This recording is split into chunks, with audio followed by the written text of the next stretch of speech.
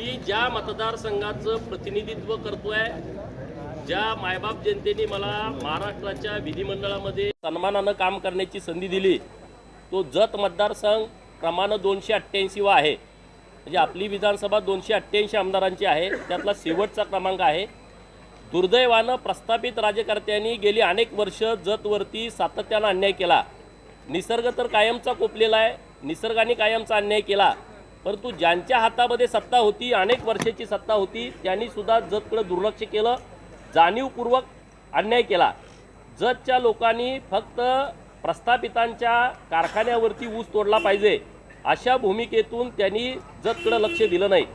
परंतु जेव्हा 2014ला देवाभाऊ या राज्याचे मुख्यमंत्री झाले आणि जतचं भविष्य बदलायला लागलं, आत्ता मी तुमच्याशी बोलत असताना जत तालुक्यातील 60 गावामध्ये मैशालचं पाणी पोचलेलं आहे. शेतकऱ्यांच्या बांधावरती पाणी आहे. राहिलेल्या 65 गावामध्ये 2026च्या जूनमध्ये काही गावांना आणि 2027च्या जूनमध्ये जत तालुक्यातील शेवटच्या गावातल्या शेवटच्या शेतकऱ्याच्या बांधावरती मैशाळ योजनेचं पाणी जात आहे. जत तालुक्याला दुष्काळी तालुका म्हणून बघितलं जातं, जत तालुक्याला मागासला तालुका म्हणून हिणवलं जातं. परंतु 2 वर्षाच्या नंतर या महाराष्ट्रातली कुणाची हिंमत होणार नाही की जत तालुका हा दुष्काळी तालुका आहे म्हणण्याची, जत तालुक्यामध्ये विकास झाला नाही म्हणण्याची. आणि म्हणून मी गेले वर्षभर जेव्हा आमदार झालो तेव्हा या मतदारसंघामध्ये फिरतोय, गावागावामध्ये जातोय. तर तिथली एक बाब अत्यंत जी महत्त्वाची आहे ती माझ्या निदर्शनास आली की जत हा दुष्काळी तालुका नाही आहे, ही दुष्काळी भूमी नाही आहे. जत ही देवभूमी आहे. कारण महाराष्ट्रामध्ये आणि देशामध्ये एका तालुक्यामध्ये एवढ्या मोठ्या प्रमाणामध्ये मंदिरं जतपेक्षा दुसऱ्या कुठल्या तालुक्यात असू शकत नाही असा माझा ठाम विश्वास आहे. कारण या तालुक्यामध्ये प्रभू रामचंद्रांचा या भागाला सहवास लाभलेला आहे. प्रभू रामचंद्र ज्या ज्या भागात जायचे तिथं तिथं महादेवाच्या लिंगावरती आडवे 3 रेषा ओढायचे. आणि अशा खुणा आमच्या जत तालुक्यामधल्या मुचंडी गावामधल्या, सिद्धनाथ गावामधल्या, जतला लागून असणाऱ्या बॉर्डरवरच्या कर्नाटकातल्या रामतीर्थ आणि कोट्टलगी गावामध्ये जी महादेवाची लिंग आहेत तिथं या खुणा आढळत आहेत. म्हणजे प्रभू रामचंद्राचा सहवास या जत तालुक्याला लाभला होता. बकासुराचा वध पण जतमध्येच झालाय. भीमानी जो बकासुराचा वध केला तो जतमध्ये केलाय, याचं सगळं रेकॉर्ड आहे. तत्कालीन दक्षिण साताऱ्याचे जिल्हाधिकारी चिन्मळ गुंड नावाचे जे अधिकारी आहेत त्यांनी हे सगळं लिखाण करून ठेवलेलं आहे. त्यांनी याचं सगळं संशोधन घेतलं आहे. जे कलेक्टर होते दक्षिण साताऱ्याचे, आता आमचा सांगली जिल्हा आहे, पूर्वी तो दक्षिण साताऱ्यामध्ये होता, तर त्यांनी हे सगळं लिहून ठेवलेलं आहे. आणि बकासुराचा वध झाल्याच्या नंतर जेव्हा एखाद्या असुरी शक्तीचा पराभव व्हायचा तेव्हा आनंदानं एखादं मंदिराची स्थापना, एखाद्या महादेवाच्या लिंगाची स्थापना केली जायची. आणि तेव्हा महाकाय भीमानी महाकाय लिंगाची स्थापना आमच्या जतमध्ये केली आहे की जे आज बंकेश्वराच्या नावानं ओळखलं जातं. असे अनेक संदर्भ आहेत. आता मी तुमचा जास्तीचा वेळ घेत नाही. देवभूमी घोषित करावी अशी भूमिका मी का घेतली?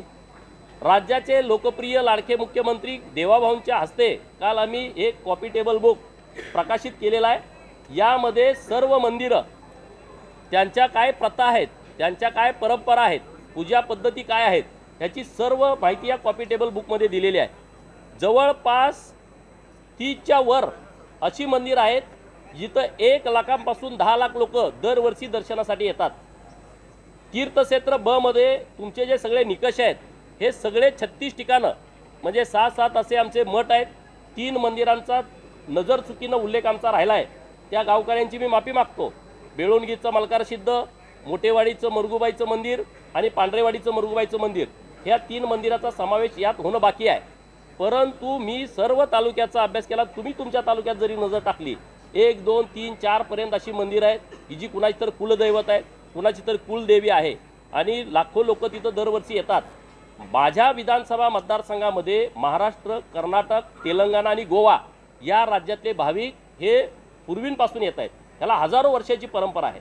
आणि म्हणून मी राज्य सरकारकडे अशी भूमिका घेतली की राज्य सरकारनं जत या तालुक्याला देवभूमी जत अधिकृतपणे घोषित करावं अशी लक्षवेधी माझी सभागृहात चर्चेला आली.